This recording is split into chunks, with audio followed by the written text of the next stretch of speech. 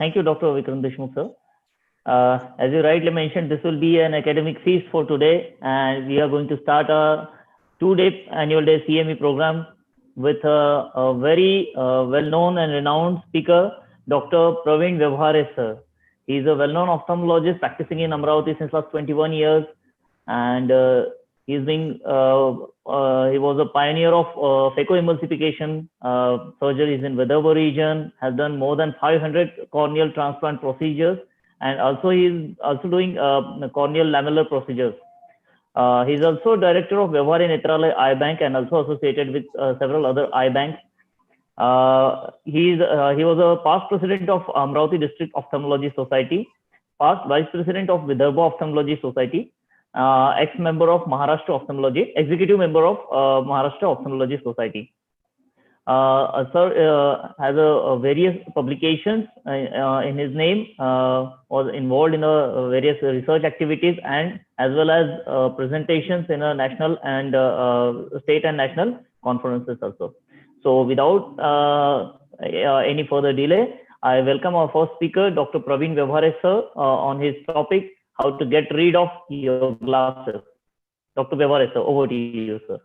Thank you, Vikram, for the kind words, and thank you for second Vikram for giving the opportunity, and congratulations for the beautiful webinar. And I'm going to share my screen now. Okay, just tell me if the screen is visible or not. So my host has disabled participant screen sharing. I think the host need to change the setting. Yes, sir. You can share your screen now, sir. Okay. Yeah. Okay. Is it visible? Yes, sir. Your screen is visible, sir. Okay. Thank you, Vikram, again, and thank you, Team Agnifat, for giving me the opportunity. Today, I'm going to speak on throw away your glasses. So essentially, it is a refractive surgery update. Okay. And before going into the details of refractive surgery as such, let's understand the optics of the eye. Basically, our eye has two main refractive surfaces. That is, one is cornea and another is lens. And these two refractive surfaces focuses the light on the retina so that patient or person can see the image or object clearly. So, because of the change in the refractive power of the eye, one can have a refractive error like myopia, hypermetropia, astigmatism, and presbyopia. So this is a basically basic conditions which we need to understand before going into the details of refractive surgery. Myopia is the one in which the power of eye is more. So the focus is in front of the retina and the person needs to wear a minus lenses. In hypermetropia, the power is less. So the focus is in front of the retina and person needs to wear a plus lenses. And when the power of cornea in different meridian is different, that condition is called as astigmatism. And we need to correct this condition with the help of cylindrical lens. Now, our natural crystalline lens can focus and can increase or decrease power, and one can see the object clearly from distance as well as near object. So this focusing power gets lost with the increasing age, and that is what we call as a presbyopia. So when we talk about the refractive error or correcting refractive error, we can correct the refraction at two surfaces, either at cornea or other lens. So these are either a cornea-based procedure or a lens-based procedure. A cornea-based procedure like a radial keratotomy, PRK, LASIK, and astigmatic keratotomy, these are more popular procedures. There are n number of procedures which are available, but these are more popular procedure. And lens-based procedures are, we can replace the crystalline lens with the help of intraocular lens and can correct the refractive error. Or you can put the phakic lens over our natural lens, that is called as phakic IOL. Now the era of refractive surgery has begun with the most popular surgery like a radial keratotomy. In RK surgery, a surgeon used to take a relaxing or weakening incision in peripheral portion of the cornea, which used to steepen that portion, and the central cornea used to get flat. So the power would have decreased and it would correct a myopia. So the RK is the procedure which corrects the myopia. But with the time, and because the results are inconsistent, it is a manual procedure, and there are a lot of problems like glare, weakening, which is associated with this procedure. This is no longer is done by ophthalmologists today.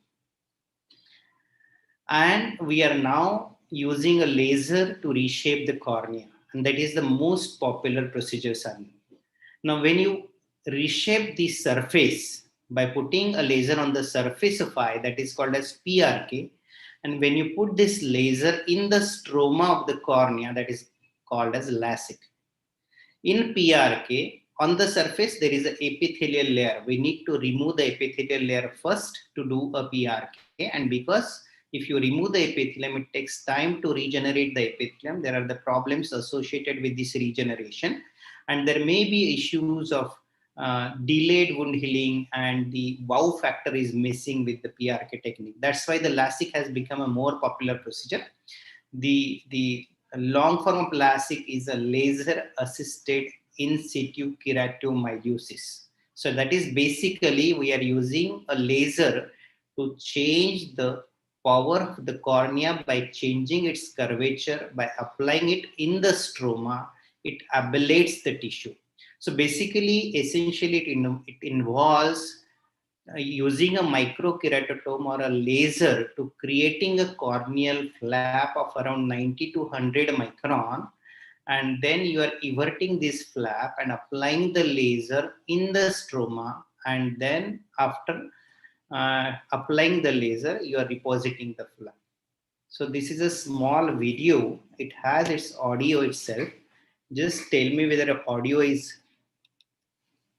We see through the process of light being transmitted through the eye to the retina, which converts light into electrical impulses that are sent to the brain. The cornea refracts or bends light onto the retina. If the curve of the cornea is too flat, too steep, or irregular, light is refracted imperfectly onto the retina, which affects vision.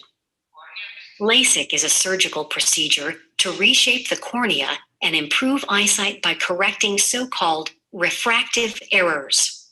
For nearsighted people, the cornea is too steep and is flattened. For farsighted people, the cornea is made steeper, and an irregular cornea is smoothed out for those with astigmatism. You're awake during the procedure, and your eyes are anesthetized with special numbing drops.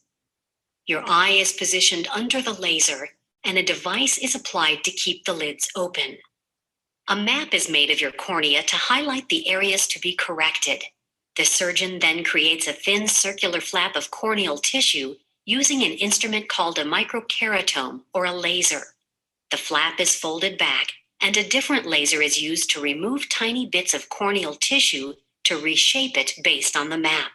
The flap is then laid back over the reshaped corneal tissue. So essentially, the LASIK is basically we are changing the curvature with the help of laser, and we are applying the laser intrastromally. And we can do the LASIK when the myopia is stable, and in case of hypermetropia and astigmatism too. One has to see that the patient has achieved the maturity and completed 18 years of age, and it can correct the myopia up to 8 diopter, hypermetropia up to 5 diopter, and astigmatism up to 6 diopters. But LASIK is not suitable for each and every patient. What we are doing in LASIK here, we are ablating or taking out the corneal tissue. So the cornea is becoming thin. So if the patient has a very thin cornea before and only, and if you apply the laser, the cornea gets more thinner, and there is a danger of ectasia or changing the shape of the cornea. So that's why we need to have sufficient amount of corneal thickness to do this procedure. If your cornea is abnormal, the curvature is not proper, then also the LASIK is not indicated. If there is a tendency of keloid, a patient having uncontrolled diabetic or local problems like a dry eye, meibomitis, and there are a lot of issues if they are inside the eye, these are the patients one should avoid the LASIK. And there are, of course, some complications which are associated with it, but with the advent of surgery and advance of the machines and equipments, the complications rate has gone down drastically. In the LASIK, there are now all laser LASIK is also available. At our place in Amaravati, we use a microkeratome to make a flap, but now a femto LASIK is also available to create a flap. And a customized LASIK is the LASIK in which we remove the higher order aberration along with the lower order aberration. Basically, sphere and cylinder, what we remove with the regular LASIK is called as a lower order aberration. There are a lot of higher order aberrations which we can have and that can be also corrected. That is called as a customized LASIK. Now we have a LASIK Vision Center in Amaravati since almost 10 years, and there are 7 partners, and we are doing a very good work here. And our OT is usually on the Wednesday. Now there are other procedures like a flex and smile, where the laser is used to assist the lenticular extraction. The small incision lenticule is made with the help of laser, and that we can extract to correct or to change the shape of the cornea and correct the refractive error. Now, if the myopia is more than 8 diopter, then you cannot correct it with the help of LASIK, because LASIK will change the curvature and thin the cornea. Now, if the power is more than 8 diopter, it will sufficiently thin out the cornea and can cause the ectasia issues or a curvatural problems. So the LASIK is not indicated in those patients who have a very high myopia or when the cornea is thin. So for these patients, we do a phakic IOL surgery in which we put a IOL on the crystalline lens. So that is called as a phakic IOL, or we can exchange the crystalline lens with the help of the artificial lens to correct the refractive error. So these are the 2 pictures of phakic IOL in which the natural crystalline lens is not removed. On the top of that, the lenses have been implanted. The picture on the left side is iris clip IOL. On the right side, the lens is injected in the sulcus. And another option is the removal of the natural lens and putting artificial lens to correct the refractive error. That's what we call as a refractive lens exchange. With the age, our lens gets opaque. That is what we call as a cataract. But then refractive lens exchange is a procedure. Even if there is no cataract, we can remove that clear lens and put a proper power intraocular lens to correct the refractive error. So this is the last slide. Last video, 1 minute 30 seconds video. So this is a video of a cataract surgery, or essentially a refractive lens surgery, in which essentially we remove the anterior capsule with the help of cystitome in a circular fashion. That is what we call as a capsulorhexis. After doing the capsulorhexis, the nucleus and the cortical matter which is inside the capsular bag is loosened with the help of jet of fluid, so that the nucleus gets loosened and it can be rotated freely inside the capsular bag to manipulate during phacosurgery. Now, after that, we actually insert a pen-like probe that is called as a phaco handpiece with a tip, and then we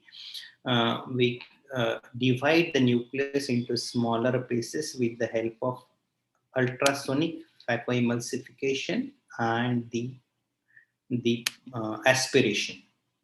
So then vacuum is applied, the piece is grasped, and then it is chopped, and this small piece which has been chopped, which is free now, is then aspirated with the help of phaco. So that is what phaco is, and after that we remove the soft cortical matter and then we put an intraocular lens. So this is an intraocular lens. So I think I have finished. It's almost 12 minutes. Thank you so very much. I hope it was a very simple talk and you understood it nicely. Okay. Thank you so very much. Thank you, Vikram, again. I will stop the sharing now. Thank you. Thank you so much for such an enlightening talk.